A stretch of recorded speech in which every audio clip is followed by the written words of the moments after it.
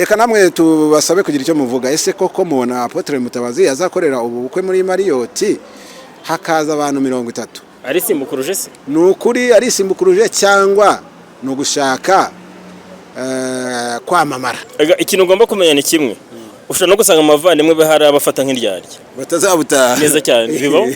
None se kubavuka nabisobanura kuri inshuti yanjye. Yes, kwizera ko mumeze neza. Uyu munsi ni special ukwitereka, ni za nkuru ziba zicaracara ku mbuga nkoranyambaga, ariko turebamo inkuru imwe tukaba twayivugaho bitewe nuko tubyumva, tugatanga ibitekerezo. Nicyo twise kwitereka. Numvishe mu mikino aribo bavuga ko ari ukwitereka. Ndi kumwe na Yves Mukundene, ni umunyamwuga, ni umunyamakuru w'umunyamwuga, by'umwihariko akaba akorera kuri BNB FM Umwezi. BNB Kigali FM. Umwezi twari kuyeho. Yves, turashaka kwitereka. Turashaka kwitereka inkuru niyo umuntu mu bamwe mu bazwi cyane ku mbuga nkoranyambaga yitwa Apotre Mutabazi. Yavuze ko agiye gukora ubukwe. Ni inkuru yo ku kinyamakuru Igihe. Mutabazi ngo agiye gukora ubukwe, ariko ngo yatumiye abantu 30 gusa. Reka nsomeho gato wumve. Apotre Mutabazi Kabararira Maurice, sinzi niba ndisomye neza, ngo yateguje ubukwe bwe n'umukunzi we Beatrice, ntarinde zina bakizeho, ngo bamaranye hafi umwaka bakundana. Akavuga ko ngo ari kubwo bukwe buzitabirwa n'abantu 30 gusa. Yise inshuti nyashuti n'abavandimwe. Mu bukwe ngo buzabera muri Kigali Marriott Hotel ku itariki ya 1 Ukwakira 2026 Kigali Marriott Hotel. Azaba ari mu bantu bakeya bahakoreye ubukwe, niba ariko bimeze, niba atari kubeshya. Mu kiganiro yagiranye na Igihe, Apotre Mutabazi yavuze ko we na Beatrice ngo bagiye kurushinga bamaze amezi 11 bakundana. Amezi 11 ni menshi, ni make rero. Ni mu rugero. Ni mu rugero kubera ko gutinda ntago bivuze ku bana. Buriya umuntu mwahuye mugahuza n'ikimwero kimwe mwabana. Inkuru tuyijyana gutyo. Ubundi Apotre Mutabazi bwa mbere yavuze ko agiye gukora ubukwe n'abantu 30. Yego. 30, umubare w'abantu 30 umuntu ashobora kumva ko ari abantu bake. Ku bwanjye 30 ntago ari abantu bake, bitewe n'impamvu. We hari impamvu yise ko ari abantu b'inshuti ze. Urumva? Ariko reka gato yenda kujya ako kantu kagereho kamanze nkagereho. Apotre yavuze ko yahisemo Beatrice nyuma yo guhura n'abandi bakobwa batandukanye, ariko ngo ntibahuze mu buryo yifuzaga. Agaruka ku mpamvu yahisemo gutumira abantu 30 gusa, yavuze ko ubukwe bwe yabwise mariage de rupture. Asobanura ko ari ubukwe bugaragaza kwitandukanya n'abo yisindyarya, abibone n'abagambanyi mu buzima bwe. Ngo bara 50 ko bisa kose yaratoranye, aravuga 30.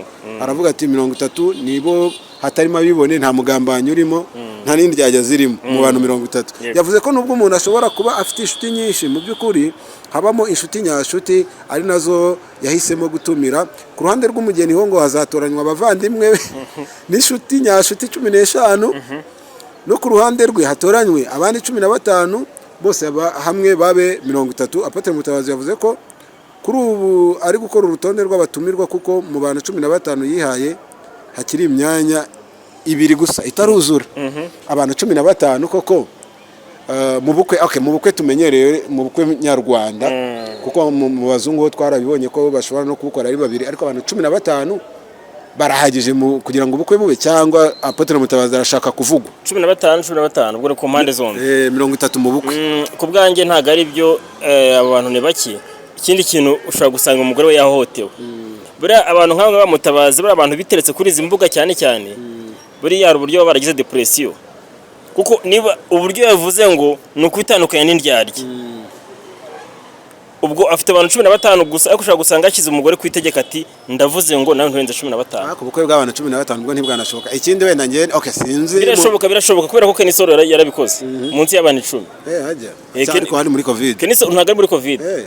Kenisoro nawe yarabikoze, nawe biravugwa, birasakuza, batanaga ibintu bibaho, ariko byarabaye. Rero n'uyu Apotre Mutabazi birashoboka cyane ko nayo yabikora. Hari ababivuze ko ashaka gutwika cyangwa se kwamamara, gukomeza kongera kubyuka kwamamara ku mbuga nkoranyambaga, kubera ko bavuga ko no gukorera ubukwe muri Marriott, nubwo tutazi niba yarabukinze mu by'ukuri, ariko nabyo hari abavuga ko atari ku rwego rwe. Yihanganira amagambo y'abantu bamwe na bamwe, ariko ngo Marriott ntabwo iri ku rwego rwa Mutabazi. Ashobora kuba afite amafaranga, ariko wenda yakwakira abantu 30 muri Marriott ku buryo barenze ubwo bushobozi atabugira. ariko ikiriho ni uko izo ngingo zose zirashoboka, ashobora kuba ari byo cyangwa ashaka no gutwika, ashaka kugira ngo yongere avugwe kuko amaze igihe yaraguye hasi rwose, amaze igihe atari ku mihanda atameze neza, by'umwihariko kuri imihanda. Umugore se uwo ngo bagiye kubana ngo bamaranye amezi 11 yarahagije. Beatrice ni umugore w'umutima yahisemo amurutisha abandi bose.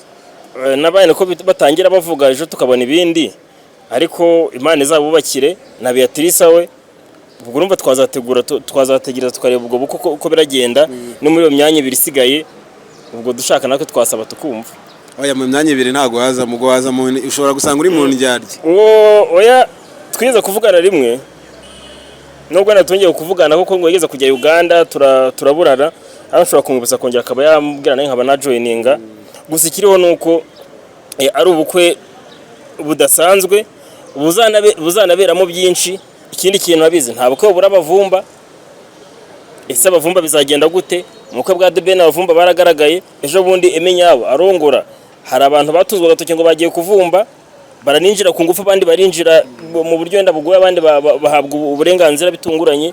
Reka turebe ngo ubukwe buzagenda gute bwa Apotre Mutabazi nkuko yita, dore ko ni titre ko bitwa ngo na Apotre ari abatayemera. Yera nayo ngo ni ngo ajya mu yita ngo ni forodan. Buriya mu gisirikari hari icyo bita autoproclame. Autoproclame bivuze ngo ipeti umuntu yihaye. Wena nkahita mvuga ngo ngende colonel autoproclame. Rero no mu madini ngo bisigaye byarajemo icyo bita autoproclame, ngo umuntu akabyuka ati nda Apotre ndinde na amazina menshi atandukanye, ndi bishop, pastor ngo nabantu basanzwe. Nk'aba Pastor Claude turababona, aba bishop ngo kanaka, ngo uyu nguyu ngo Apotre Mutabazi. Urona we aravuga ko yaryihaye, abandi akavuga ko yarivunikiye, nawe akavuga ko ngo ari umukozi w'Imana uramburiye abana ibiganza bigakunda. So ntago twakwinjira cyane ku buryo yabonyemo itayito cyangwa se uburyo yiswa Apotre, ariko no gutegereza ngo tukareba ngo bizagenda gute nyuma yuko avuzwe kuri abantu 30 bagiye gutaha ubukwe bwe. Ariko abantu 30 bundi biro reka 30 ni ku ruhande rw'umukobwa n'umuhungu. Reka tubabari bundi sinzi niba irangamimerere rya Dr. nago Dr. Ririyo rya Apotre Mutabazi. Ko bisa ko reka tubari ko afite ababyeyi. Sibyo? Afite mama na papa. Akagira wenda n'abavandimwe se ubwo wenda ni nka batatu se. Ikintu ugomba kumenya ni kimwe, ushobora no gusanga amavandimwe bahari abafata nk'iryarya batazabutaha neza cyane bibaho. None se kuba mvukana bisobanuye ko inshuti yanjye bose nta nabo biganye, wenda hazazana babiri, kuko abantu 15 mu bukwe bwo mu Rwanda tuzi ubukwe buba bumeze nk'igitaramo, biragoye kubatoranya pe. Niba afite ababyeyi, niba afite abo biganye, niba afite abavandimwe we, abantu 15 bizashoboka. Birashoboka kubwanjye, numva bishoboka. Hago no kumenya ngo abo babari bantu ki n'aba 15 nabo bakwitabira ubwo bukwe nabo basiga inkuru.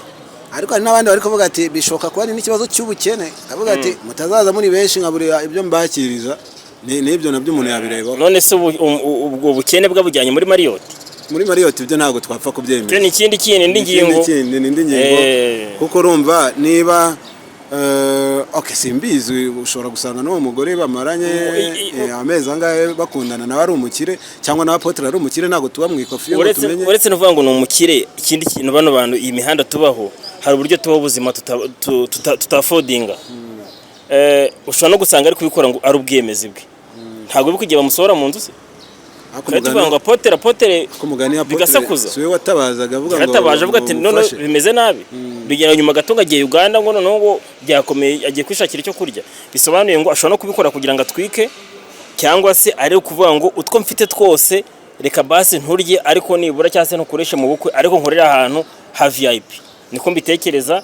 Niba arongera akiyubura akaba afite amafaranga simbizi, ariko mu buzima bw'abastar bikunda kubaho ko umuntu abaho ubuzima bwo kwisimbukuruza. Byagiye bigaragara kenshi umuntu akaba tuvuga ngo ararenze, ejo akaba ari gusabiriza, ejo bakamusohora mu nzu. N'aba ngaba Mutabazi byagiye baso kumuhara bikana umuvandimwe, Imana ikomeze mu blessing n'ubukwe bwe n'ibiki byose, ariko no gutegereza ngo bizagenda bite. Reka dutegereza, ariko ngiye nta cyizere mfite ko ubwo bukwe buzabera muri Marriott. Kuko Marriott nta handi hantu ibyo bintu uri kuvuga ngo nta cyizere ufite. Si turi kumwe muri ubukwe bwose ari bavuga ngo ubukwe bwose bugiye kuba, hari abantu batega iminsi Miki Waga agiye kurongorwa yavuze ati banteze iminsi ariko birangira bubaye. Nayo magambo uri kuvuga ushobora gusanga ari nk'abari kumutega iminsi bikaza kurangira bubaye. Cyangwa Marriott isaka bari ahandi hantu atari Kigali. Ni hariya Marriott harahenze ntabwo yahafode. Cyangwa bafite abaterankunga. Erega abakozi b'Imana ushobora no gusanga n'umuntu yasengeye avuga ati ngiyewe ndagukorera ubukwe. Se ntibibaho. Ariko none hariya mu muco nyarwanda tumenyere ko ubukwe bugomba kujyamo abantu tugasangira. Abantu 30 nanone nta bukwe butagira abavumba. Ubuse ku buryo no kwinjira muri bizaba ari ibintu bikomeye. Birumvikana bizaba ari ibintu bikomeye ariko abenshi bashobora kuzigumira hanze bagategereza abapaparazi. Noneho buriya nka Kenisi urabukora we bahishe nyine ibintu byinshi burabera he burabasanga he bakomeza kugenda bahisha. Ntago ndi hano kujya nibasire umukozi w'Imana Apotre ariko ntituri kumwe hano. Mutabazi nakorera ubukwe muri Marriott nkuko yabivuze. Uzaze nkukubitiye amadolari 50 ugende wirire.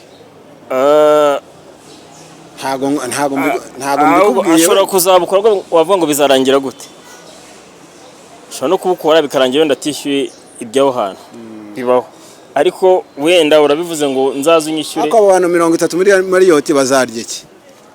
Marriott na kereka niba ari kuvuga ngo nukuhakorera ubukwe gusa bakakora umuhango gusa. Ubukwe didas ubukwe nagaru kurya no kunywa. Ushobora no gusanga nese nta bukwe tujya mu kubona bashobora no kuzasanga ari abazajya mu bukwe bwa Mutabazi bashobora kuzaza bakanywa amazi n'umugati.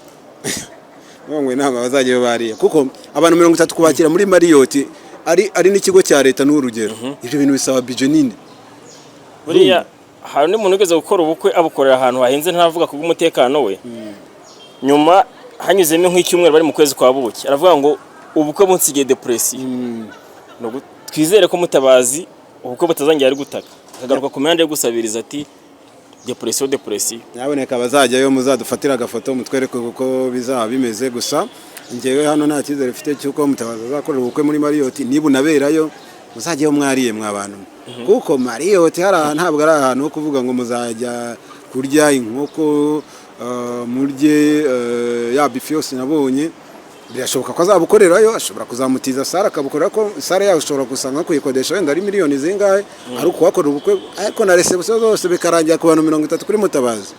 Reka tuve hano reka dutegereze ibintu turi ngo bizarangira gute ikintu cyo gutegereza ubukwe ariko aramutse kuko yarabipanze ira mibari kavamo abantu 30 nundi azakora ubw'abantu 10 nabyo byanagabanya umubare munini w'abajya mu bukwe kuko gusa mu Rwanda ntago turabigeraho nabonye mu mahanga ari byo n'abatanu barabukora ariko no umuco wabo n'ubundi baba basanga ni ntaho rubagira ariko hano twibuke ko yudatumiye nyoko wanyu mu bukwe ubukwe ushobora kubukora n'ibyo ngo ntiwamutumiye ariko bikaba inzigo y'igihe cyose yudatumiye mukuru wawe yudatumiye n'uri kwita umwanzi wawe mutavuga ari umwe ariko umuvandimwe ngo wenda umutumire mu bukwe yange kubuza mari ubishaka wowe ukavuga ngo singutumiye ngo dakwanga nabyo nandi makimbirane ibintu by'ubukwe bundi abantu mwishoramo birendega biba bikomeye uzi ko ushobora no gukora ubukwe kubera pressure washyizweho n'umugore nutabukora ntago ndakomezanya nawe ukavuga uti urwego ndiho nimbukora hasanzwe baranyuzamo ijisho reka mbujyane Marriott kubera ko umugore ari kunsaza ariko nanjye mvuge ngo turakoresha abantu bake Mutabazi nta gito utafite cyo kuvuga ngo ubukwe yabujyana Marriott atakigereka abagore bazi dida ariko nta nubwo si ikibazo cy'abagore wowe si ikibazo cy'abagore Mutabazi nta gito utafite wenda cy'ubustar ryo kuvuga ngo ari umuntu bari guhangana kugira ngo amwemeze niwe muntu wa mbere ahubwo ugifite agifitanye nande so niwe muntu wa mbere ugifite kireka agifitanye na Pastor Claude benshi uretse na Pastor Claude none nsigaye numva baramwise Sebi Radio akasha abantu musigaye muhemukira abantu ngo Pastor Claude ni Sebi Radio ni bande babimwisese musigaye zine sigaye ihari nawe ntasigaye avuga ati abantu bibatije ngo ni Sebi Radio ariko ibyo ntago ari byo no kwibasira niwe yitwa Pastor Claude uretse ko Pastor Claude atari n'izina buri afite andi mazina yitwa nuko ariyo aba yaramenyekanyeho none ejo ndi mu bukwe bwo bwayemenyawe ngo yaragiye ari sanzura ageze ku nyamasanga nta muntu uhari ararura ashyira inyama wenda nka 12 gutyo byateje impagarara ngo Sebi Radio none ngo bongere ngo Sebi inyama abantu nkabaye mutego umuntu bageze ahantu barabibonye se ko ari yabyaruye cyangwa bari ukujya oya ntago ari kumusebya n'ama video arahari yavuze ati nta kibazo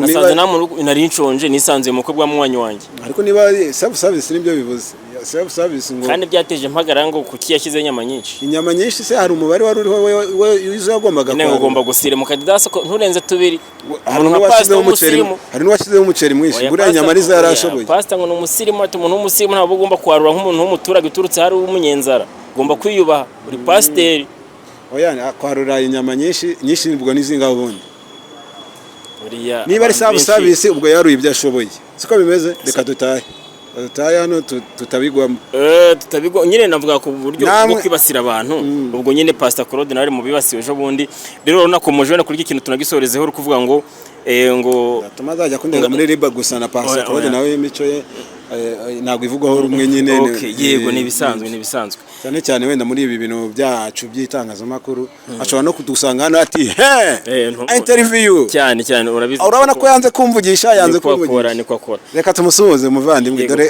hari hakurya niho byasasu byakubitiye hamwe kubwira abantu ngo boname aravuga ati baturage b'akarere ka Rubavu muhumure mukomere ibintu bimeze neza cyane akirangiza cyane ati ibintu birakomeye bose reka tubasuhuze reka namwe tubasabe kugira icyo muvuga ese koko mubona Apotre Mutabazi azakorera ubu bukwe muri Marriott hakaza abantu 30 ari simbukuruje se ni ukuri ari simbukuruje cyangwa no gushaka kwamamara yaramamaye ariko abona kubishimangira tugende ntabwo yaramamara bwo arakishakisha